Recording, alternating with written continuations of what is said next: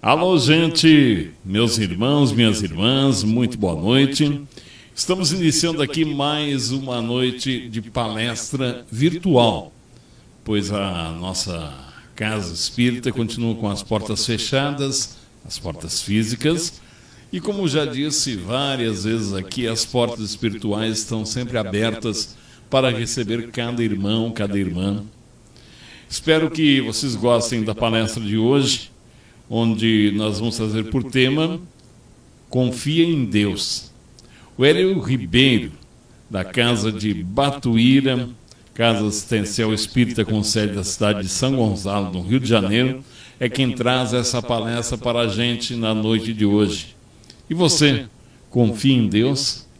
Vamos para a nossa prece nesta noite, antes da nossa palestra.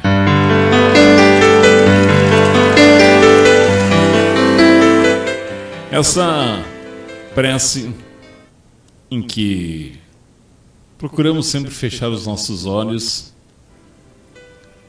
manter a concentração, o espírito elevado a Deus, nosso Pai, a luz divina do nosso Mestre Jesus. A você, minha amiga, meu amigo também, que está neste momento passando por dificuldades, nós emanamos bons pensamentos, emanamos bons fluidos e fizemos esta prece. Aquela prece que Jesus nos ensinou, dizendo: Pai Nosso. Pai Nosso que estais no céu. Significa dizer que todos nós somos irmãos, né? Pai Nosso que estais no céu. Santificado seja o vosso nome. Venha a nós o vosso reino.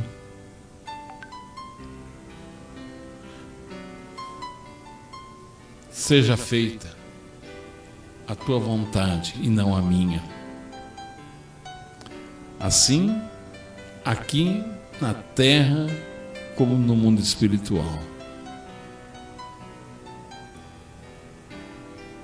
Dai-nos o pão nosso de cada dia. Nos dai hoje. Mas não só o pão material, mas também o pão espiritual.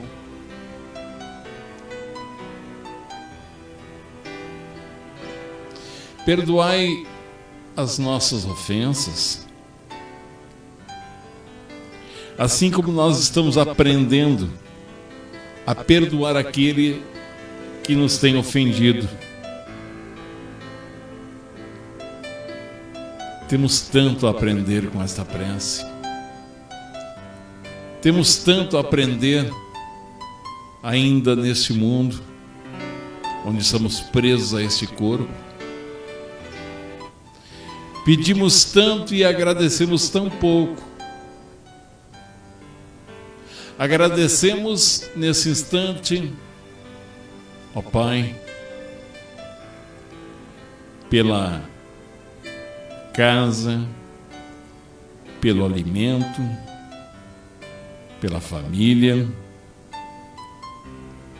e até mesmo pelos fracassos que temos muitas vezes no dia a dia, que são provas colocadas em nosso caminho para saber se nós estamos aprendendo a resolvê-las com bondade, com caridade, com paz.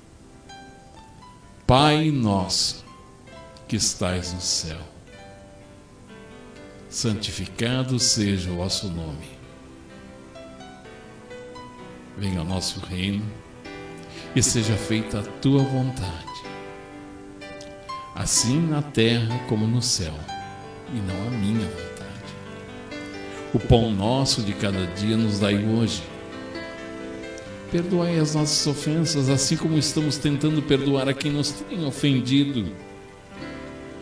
E não nos deixeis cair em tentação. E te pedimos, nos livre do mal. Não nos deixe que o orgulho, que a soberba suba a nossa cabeça. mas que sejamos humildes, que sejamos caridosos, que saibamos perdoar, mas perdoar com o coração. Aos encarnados e desencarnados, deixamos a nossa prece e a palestra com Hélio Ribeiro. Confia em Deus.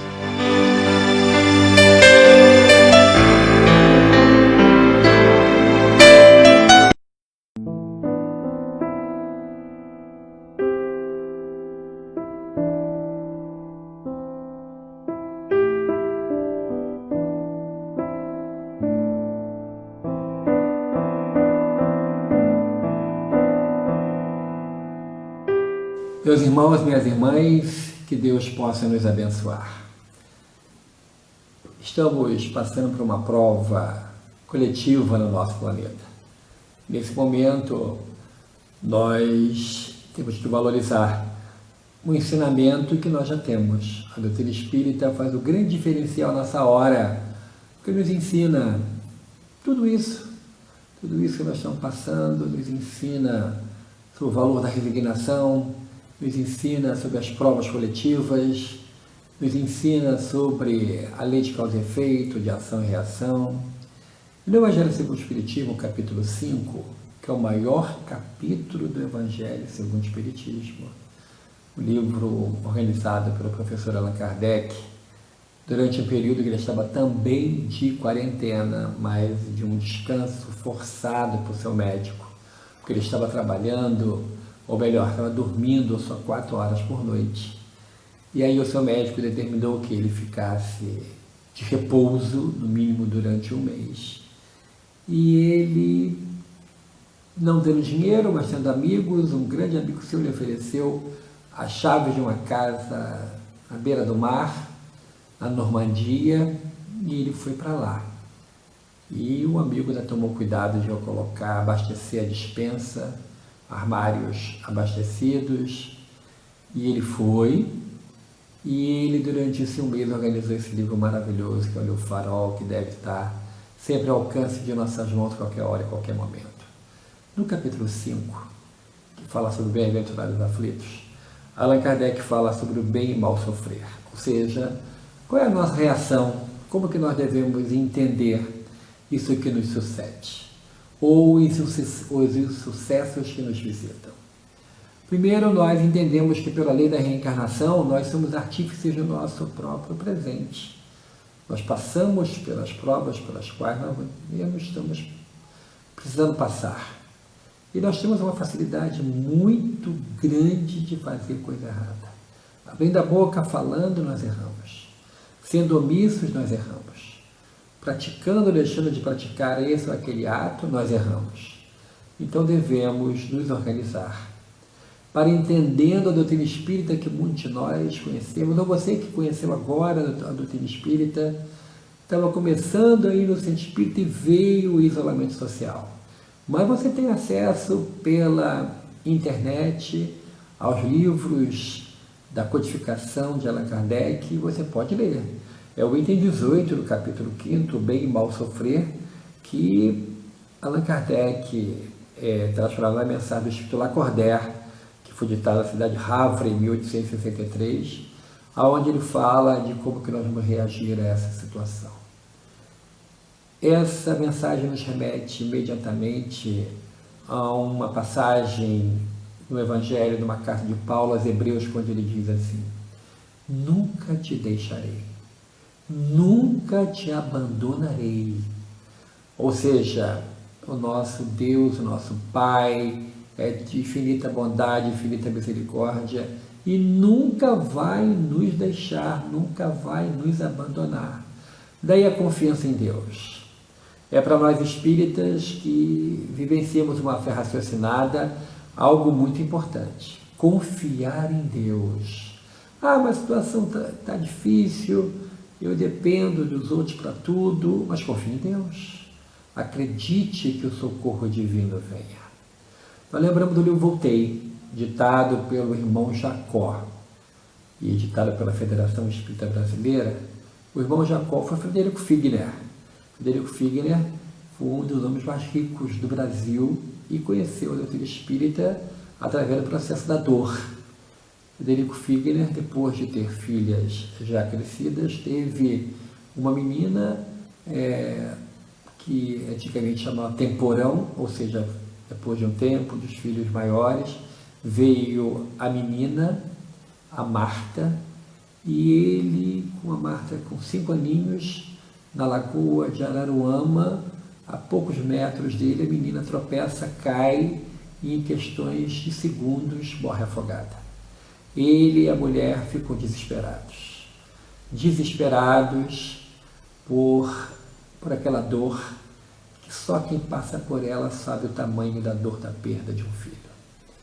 E aí, desesperados, em plena década de 20 do século passado, início dos anos 20, ele, que era judeu, mas não conseguiu encontrar o consolo na fé judaica, ele lê no jornal sobre Ana Prado, que em Belém do Pará fazia reuniões onde espíritos se materializavam. Escreve uma carta para Ana Prado, pedindo autorização para que pudesse assistir às reuniões. Ele, que era um homem bem sucedido na capital da República, a cidade do Rio de Janeiro, ele que tinha muito dinheiro, mas não tinha paz, não tinha felicidade, não tinha um sorriso, pegou um navio a vapor e durante um bom tempo, quase 2 meses de viagem, chega a Belém. E lá foi admitido à reunião e, para sua surpresa, na primeira reunião que ele participa de materialização com Ana Prado, acorrentada em uma maca, numa completa escuridão, com música suave tocando num toca-discos, naquela época que ele vendia com exclusividade, porque foi ele que trouxe o fonógrafo para o Brasil, Frederico Figner. A cortina que separava a médium em transe, Ana Prado, do pequeno público que assistia a reunião se abre e ele sente quando uma criança senta ao seu colo, passa a mão no seu rosto e diz: "Não fez a barba hoje, papai." Era Marta. Marta estava materializada por um processo que a doutrina espírita explica muito bem. Através da condensação de fluidos, os espíritos se materializam do fluido do ectoplasma que o médium libera. E Marta estava ali, na frente do pai e da mãe. E ali inicia-se um processo de aceitação íntima dos princípios da doutrina espírita, da crença de que a alma é imortal e essa alma pode se comunicar através da mediunidade e que a reencarnação é um fato. Depois de passado alguns dias, essas experiências, as atas que eram escritas por essas experiências e assinadas pelas maiores autoridades do Estado do Pará naquela época, o presidente da Assembleia, o próprio governador do Estado, o delegado de polícia, que participavam das reuniões e assinavam as atas. Isso foi enfeixado em um livro, o Livro de João, ou o Trabalho dos Mortos, também editado pela Federação Espírita Brasileira. Ao voltar ao Rio de Janeiro, Frederico, com a sua esposa, se tornam espíritas. E felizes começam a participar das reuniões da Federação Espírita Brasileira, onde ele relata com muita alegria as experiências pela qual ele passou, de ter o consolo de ter a sua filha desencarnada nos seus braços, através do processo de materialização. Mas Frederico Figner, que veio a conhecer Chico Xavier, que doou para Chico Xavier, em seu testamento, uma vultuosa quantia em dinheiro, e que Chico doou para a FEB construir o Parque Editorial da FEB no Rio de Janeiro, na Rua Souza Valente, 17, em São Cristóvão. Chico, que não era apegado a nenhum bem material, doou os direitos autorais de todos os seus 400 e tantos livros Chico, conversando com Frederico, Frederico disse que, se fosse possível, gostaria que, quando a morte lhe adviesse, ele gostaria de escrever, relatando a sua experiência na chegada no mundo espiritual. E Chico falou assim, sei lá, com o Emmanuel, se Emmanuel autorizar, eu sou só um lápis. Passado um tempo, acontece o desencarne, passado um tempo, Frederico se apresenta e começa a ditar mensagens através de Chico Xavier. Como ele disse que voltaria, o livro foi intitulado Voltei, e é onde ele relata uma experiência maravilhosa, que é o maior antídoto contra quem tem medo de morrer, de forma natural, é óbvio, porque ele fala do processo desencarnatório em detalhes. Em minúcias ele fala de como aconteceu o desenlace dele, os primeiros momentos após a sua desencarnação. E fala no momento em que o Dr. Bezerra organiza uma pequena excursão que sai da Terra em direção a um posto de socorro localizado bem próximo da crosta terrestre. E aqueles espíritos que estavam sob a coordenação do querido Dr. Bezerra passam por uma região trevosa, por uma região conhecida como umbral. E dali espíritos, captando o teor mental das pessoas que ali estavam, e estava junto com aquele pequeno grupo de seres que estavam sendo resgatados, estava um homem que havia cometido um assassínio. Ele tinha assassinado uma pessoa em vida. E ali naquele vale de tristezas, no umbral, ele escuta quando um espírito grita: assassino não passa. E aí, um momento, aquele homem que tinha cometido o equívoco diz, começa a entrar na faixa mental, diz: eu não mereço socorro, não mereço estar aqui, eu não mereço ser ajudado. E o Dr. Bezerra vira-se para ele e diz assim: mas você reparou o erro praticado. Durante anos após o erro que você cometeu, você reparou fazendo bem a muita gente. Então você já quitou esse débito, merece esse socorro. E virando-se para Frederico Figner, que depois no livro se torna o irmão Jacó, e diz assim: faz uma prece. E a ordem do Dr. Bezerra para ele, e ele pega de surpresa, e ele recita um salmo. Um salmo que traz para ele a certeza de que o Senhor é o nosso pastor e nada nos faltará. Então, se o Senhor é o nosso pastor e nada nos faltará, por que nós não devemos ter confiança em Deus? A confiança em Deus deve ser para nós, espíritas, ou você que está me assistindo, que ainda não se professa, não se diz espírita, a certeza do socorro divino. Deus não nos abandona nunca. Nunca te deixarei. Nunca te abandonarei. A misericórdia de Deus é para todos. Envolve a todos nós como o ar que respiramos, que nos envolve, dando-nos a certeza e a confiança de que a bondade de Deus vem a nosso socorro. Então, meus irmãos, nesse momento do isolamento social, muitos perdem a confiança. Ficam imaginando que isso não vai ter um fim. Mas vai ter. Tudo tem um fim. Não há nada de ruim que dure para todo sempre, diz o ditado popular. Nada de bom que um dia não acabe. Mas a bondade de Deus está acima de tudo isso. A misericórdia do Altíssimo envolve a todos. E o socorro vem para todos nós. Basta que sigamos as orientações das autoridades sanitárias.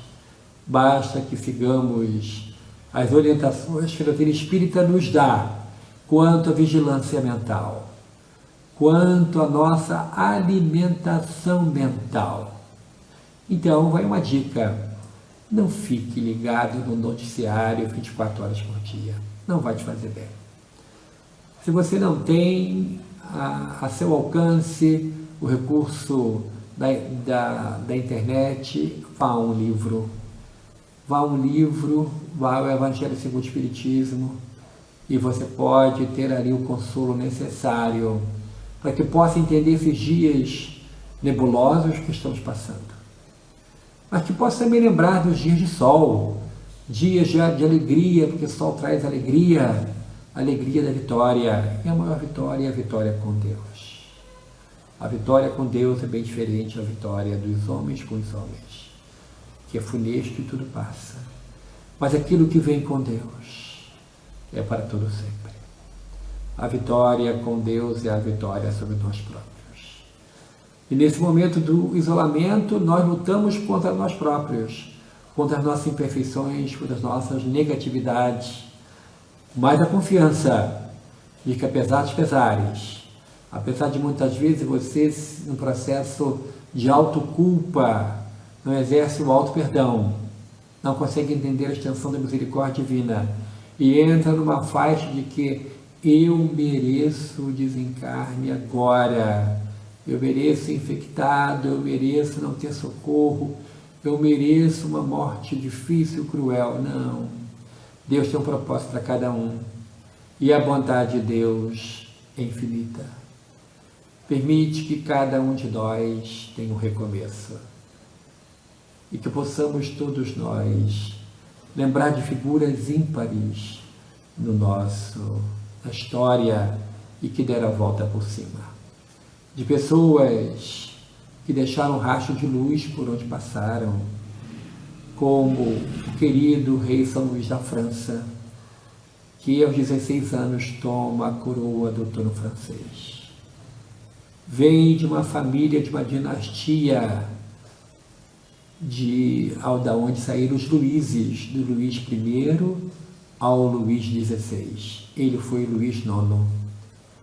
E retomando, logo assim que assume a coroa do reino da França, retomando uma velha tradição que dizia que o rei da França era um ungido de Deus, uma tradição que o seu avô havia deixado de lado por questões de nojo. Ele organiza na primeira Semana Santa do seu reinado, ele organiza aquilo que ficou conhecido como a bênção dos enfermos. E o povo acreditava que o rei da França era ungido pelos céus. Acreditava que no momento de sua curação, o Senhor Jesus colocava uma bênção muito especial sobre a cabeça do reinante francês.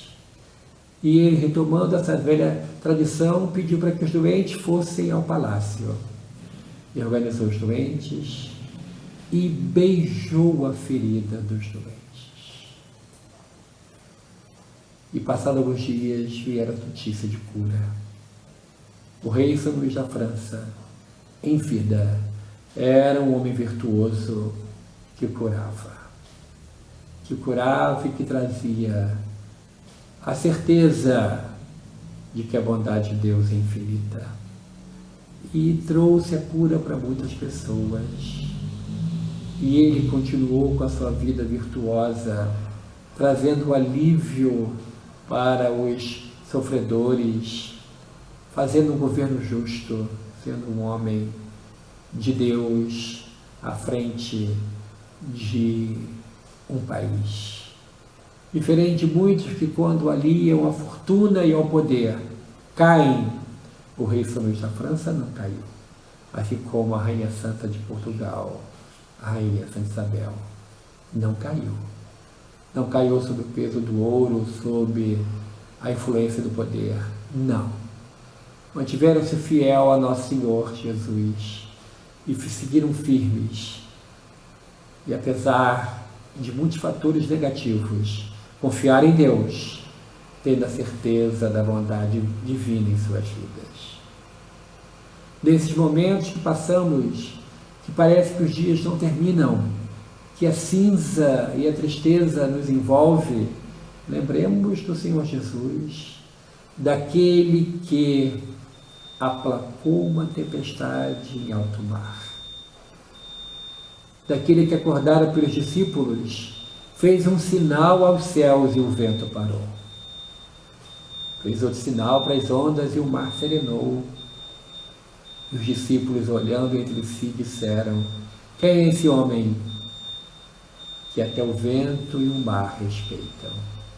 Ele é o nosso Salvador, é o Senhor Jesus, é o Messias prometido.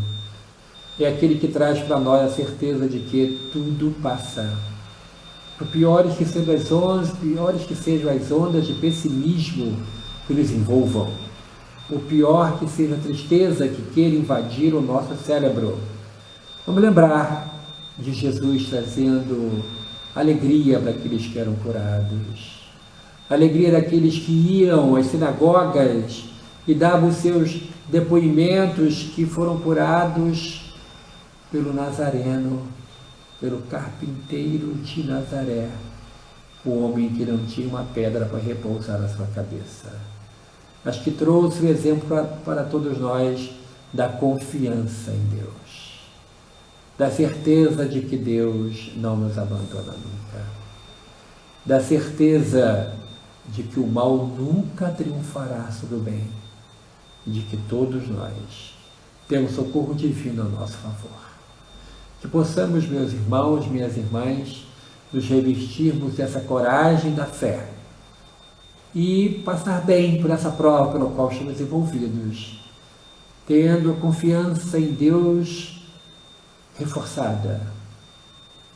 E, para finalizar, vamos lembrar de um fato histórico ocorrido na Bahia, em Salvador, no período ainda do Brasil colônia, prestes a se tornar independente. Chegou a Portugal a notícia de que ares de independência rondavam a colônia brasileira. E o rei português mandou um reforço de um exército. 5.000 homens deveria vir. E a primeira cidade a ser visitada era a revoltosa Salvador, aonde saíam discursos inflamados contra a colônia portuguesa, que nos exploravam, levavam as nossas riquezas, levavam e deixavam para nós quase nada. E o exército chegou.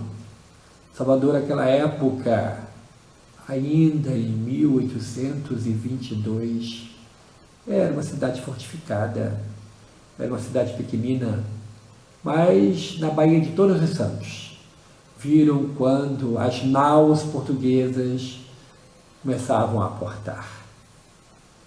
O exército de 5.000 homens veio para acabar com a rebelião daqueles que queriam a independência do nosso Brasil. E em nosso Brasil, em Salvador, na Bahia, aqueles que queriam um Brasil livre estavam reunidos e contavam um pouco mais de 1.200 homens. E foram para uma localidade chamada Pirajá, fora dos muros de Salvador, para de lá organizarem a resistência da invasão. O exército português desembarcou e foi para o campo de batalha. Foi atrás dos revoltosos brasileiros, daquele que seria o primeiro exército do Brasil. E os comandantes, vendo aquela multidão de soldados portugueses no campo de batalha, deram ordem para o corneteiro avisar, cantar, tocar em sua corneta, recuar. Mas o corneteiro, que estava um pouco mais distante, entendeu que a ordem do comandante era avançar, atacar. E os 1.200 homens daquele primeiro exército do Brasil avançaram com vontade, avançaram com determinação sobre o exército português, que, vindo aquela pequena multidão de homens bem inferior ao número de soldados, partirem velozes para o confronto, para o tudo ou nada, recuaram de tal forma que foram voltando a Salvador. E entraram correndo nos navios, foram tomados por um pavor. E um estranho vento soprou. E as naus portuguesas, impulsionadas por aquele vento, tomaram a direção de Lisboa. E em 2 de julho de 1822, a Bahia tornou-se independente. Foi a vitória da certeza e da confiança em Deus contra o medo. O medo nunca pode ser maior do que a confiança em Deus. Então que possamos lembrar do corneteiro de Pirajá e sairmos resolutos para a nossa grande vitória, que está na nossa antessala, esperando que entremos vitoriosos e protegidos com a couraça da fé, para continuarmos com a nossa vida após essa pandemia. Que Deus nos abençoe abundantemente. Que o Senhor Jesus te cubra de coragem, de fé, de bom ânimo e de alegria, hoje e sempre. Muito obrigado, muita paz a todos.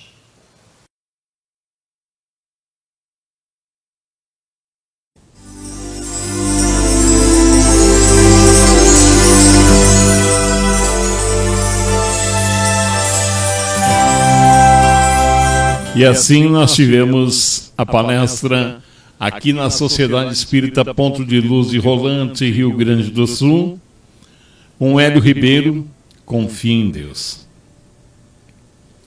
E esperamos que a gente possa, a cada dia mais, confiar em Deus, nosso Pai, pura bondade,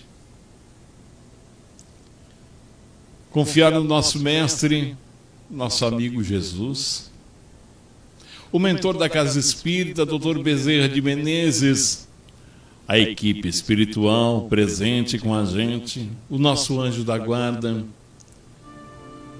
que possamos, através desta prece de encerramento, levar conforto para você, minha amiga, meu irmão, minha irmã, para você que se encontra no leito de um hospital, você que se encontra preso num presídio, preso a um vício, preso à maldade, à mentira, que o seu anjo da guarda, que Jesus, que Deus, que a sua fé possa libertar. Muito obrigado a você, minha irmã, meu irmão, que nesse instante está emanando pensamento positivo para aqueles que já desencarnaram, conhecidos ou desconhecidos, através deste vírus, o Covid-19 e de outras tantas doenças que já estão no mundo espiritual e que sejam bem recebidos. E aqueles que ficaram, também emanamos bons fluidos, emanamos vibrações boas e a nossa prece. Obrigado pela oportunidade de mais uma vez estarmos presentes aqui, nesta casa, nesse espaço agora virtual, mas conversando com muita gente. Obrigado, Hélio Ribeiro, pela palestra maravilhosa. E na próxima quarta-feira nós estaremos com Maria Elizabeth Barbieri. E na sequência teremos o Arcis Serafim, na Sociedade Espírita Ponto de Luz Rolante, Rio Grande do Sul. Nós só temos a dizer: fé, confie em Deus. Obrigado, obrigado, obrigado.